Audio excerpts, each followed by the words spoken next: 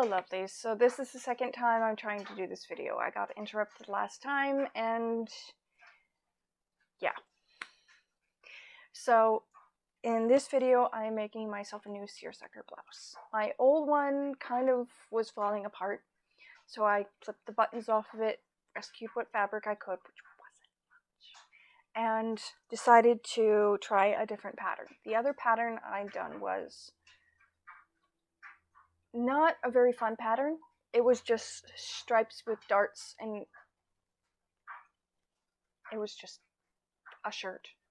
So this pattern is what I'm trying it with, which is S8445, and it is a 1950s reprint pattern.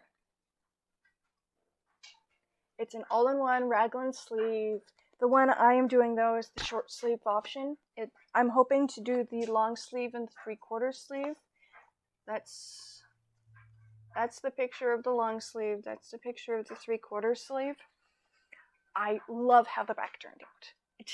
It's just a fun back. It's got a yoke that swoops, and then the whole bunch of gathering goes into it. So when you're wearing like a skirt or a pair of pants that hit right below that, it just kind of billows and puffs, and it's great.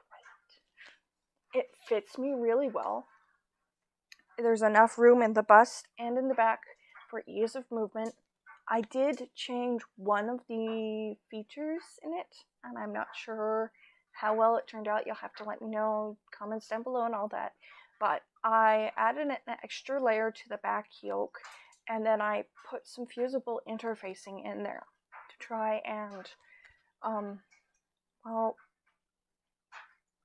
make it a little more opaque. Make sure that it didn't get pulled out of shape, because there's a whole bunch of gathering that goes into that piece, and I had a feeling that it would try to drag it down and it would just try to pull it out of shape. It is a very nice like circle shape, half circle type thing, and I think it looks really nice, and I didn't want it being pulled out of shape, and I wanted it to be somewhat stiff. I do think that if I do this pattern again, I will probably make it so the interface piece is on the inside as opposed to the outside, and I'll probably change on how I put the gathering into it. But yes, I hope you enjoy watching this. I will see you all later. So here I'm marking the darts. I really wanted to do another seersucker shirt because I find them great for summer, and they're lightweight, they're quick, they're easy. So here I am just marking the bust darts. This is an all-in-one pattern, so there is another set of darts that I have to do, which is around the neck to get the collar to flip over right. I will probably mess around with the collar piece pattern because I don't like the way it turned out. It's a little too wide for me, so I'll probably try next time I do this pattern to alter that. So I'll probably do a couple muslin mock-ups of that first, because fashion fabric is expensive. But I might try to do another seersucker blouse in a different pattern, in a different color, probably a blue and white, which is more traditional than what I did here, which is a black and white. But yes, I'm just pinning and marking the darts for both sides.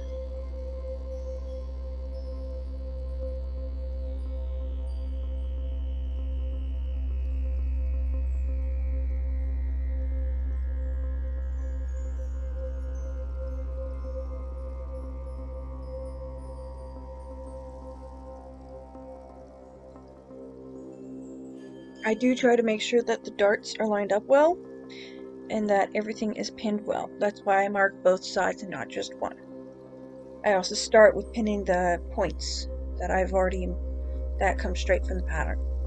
That way it all lines up pretty well. So here I am sewing up those darts. As you can see, this is the reason why I draw those lines. It gives me a nice straight line to work with. And then I'll tie off both ends so that neither side is gaping too much.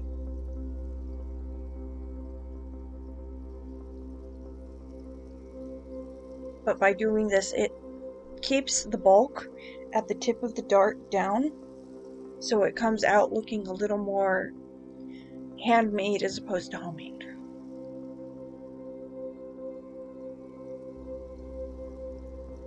Yes, I'm just going over that dart again because I think I messed up at one point. Yeah, I messed up to there, so I just... oh no, that's a tuck. So yeah, I just backwards and forward on that one because it needs to stay a crisp line, and that helps lock down that stitch. I think there's 3 in the front, if I remember correctly. So here I am, I've stay stitched around the collar, and now I'm just clipping into that corner so that when I put in the interfacing, it'll turn out well. And yes, I do press all my seams. I don't record it because it's kind of what it is. So here I am marking the tucks for the back. I just use those scissors to weight down the pattern a little bit so that it would fit and lay down so I could mark those points. Yes, I'm just marking the top and the bottom, and then I'll draw a line between the two, and then I will pin. The only issue I have with working with this Seer sucker is that it is so lightweight it wants to wiggle. It does not want to take markings well, which is why I used this as opposed to one of my other utensils.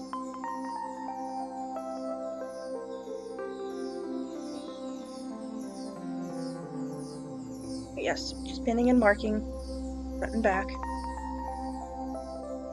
The tucks do give it a nice shape and do allow a lot of ease for alteration.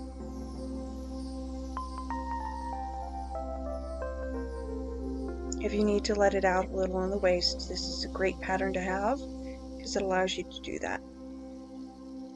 But it does give it a lot of shaping. You do need to wear higher waisted things with it though, because those tucks are meant to be tucked into things like skirts or pants. So this blouse kind of needs to be tucked into things. So here I'm just sewing up those tucks. I have been experimenting with angles for sewing, so let me know if you have a preference for what style. I will probably be switching over to just in the front of the camera, in front of the sewing machine, so you just see what I'm sewing. You see what I see basically. So here I have pressed open those darts, those tucks, and now I'm just lining up the back seam so that I can then go through with the gathering stitches along the top of the yoke and gather it down to fit the back piece.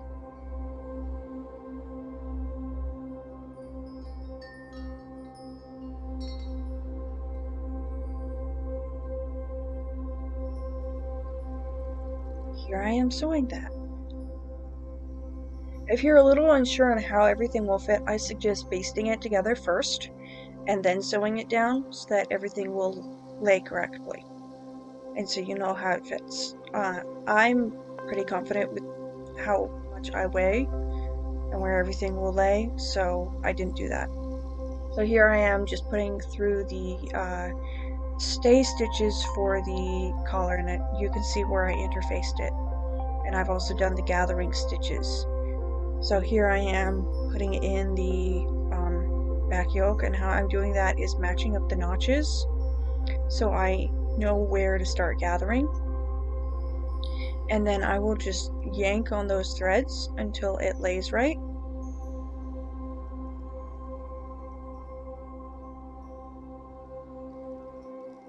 So there I was just finding the middle of the yoke so that I could lay that back seam on the middle of it so it wouldn't come out cockeyed. And since I've got loose gathering threads at either end, I can gather from both sides and make sure that it looks relatively even.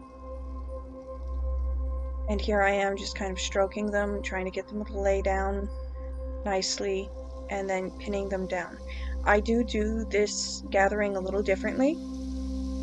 I sew about ½ inch in, and then I sew about a ½ inch away from that. And then I can sew in between the two gathering lines. While that does mean I have to pick out some of the one line of gathering stitches, it does allow for the gathering to lay smoother while I'm sewing it, and I tend not to get the puckers that are just like looped into the fabric. It tends to lay smoother and come out nicer when I do it this way. As you can see, I'm kind of sewing between the lines, which does allow me to get this method allows me to get a smoother finish.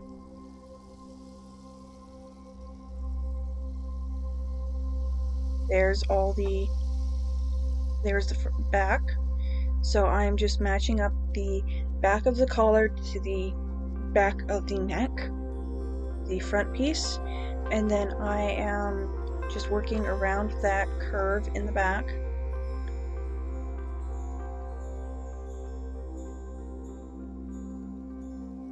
Being careful to not mess up too badly. But you can see I just cut another collar back yoke piece so that I could kind of sandwich all those seams in the middle.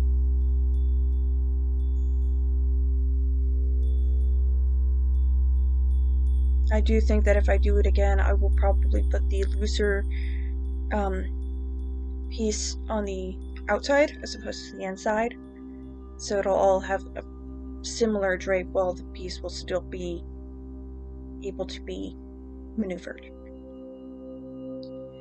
And here I am trying to match up all the points and kind of screaming at myself for using such a wiggly fabric.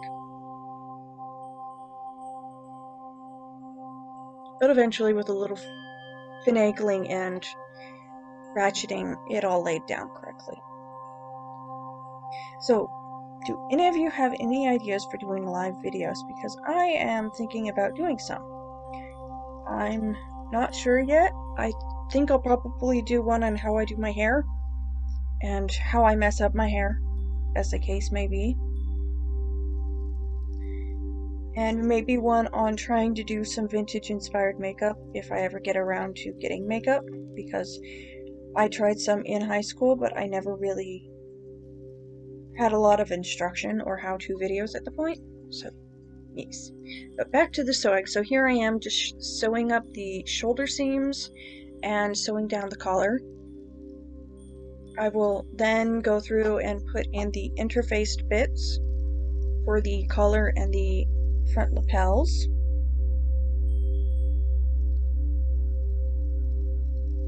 And then one of the things I've started doing with the buttonholes is putting it just a scoot wider, so it's easy for me to get the buttons in and out. Here I am just adjusting and getting ready to sew up those side seams.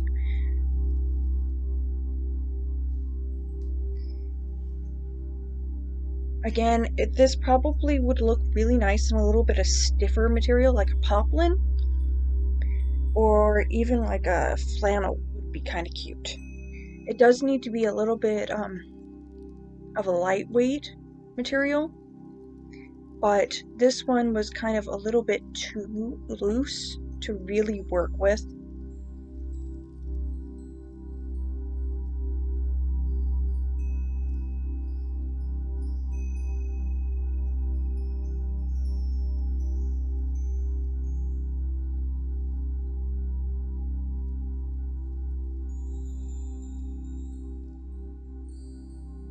And here I am just sewing up those side seams so I can work on the cuffs. When I first cut out these cuffs, I cut one set because I was like, oh, this will just fold in on itself, it'll be fine, and I didn't read the instructions thoroughly. but I then dug out the scraps I had and cut a second one, but that one's on the cross grain because I couldn't fit it any other way.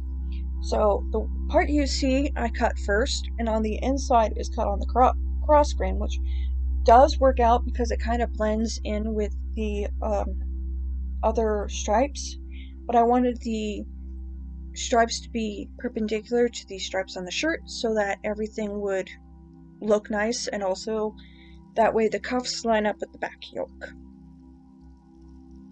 So here, yes, I am getting ready to bind the inside seam of the cuff, which you machine stitch down because it's cut on the bias, and then you understitch it, and then you whip stitch it to the inside. And I did not film this because by this point I was just kind of done. I'd done this shirt in about a 24-hour period and I was just tired and I wanted to get it done. Well, I do my shirts in a 2-day process. The first day I read through the pattern several times and then I cut it out. And I try to make sure that it all line up well. And then I'll go through and on the second day actually make the shirt. But usually by the end of it, I'm kind of done and I don't want to film me doing handwork. So as you can see, I just didn't film me sewing this. I'm trying to work on that and trying to, if I'm tired, just stopping and not pushing myself through the process. But here I am just turning in this bias strip to the inside, and I go through and try to sew it in such a way that it only catches the shirt fabric and not the cuff fabric, so that you don't end up getting seamage. But here's the end shirt. I do like how it turned out. It wears well. You can wear it with shirts or pants, but I like wearing it with my skirt. I mean, skirt or pants. It sits well on me, and it's got a lot of ease of movement, and it's rather comfortable.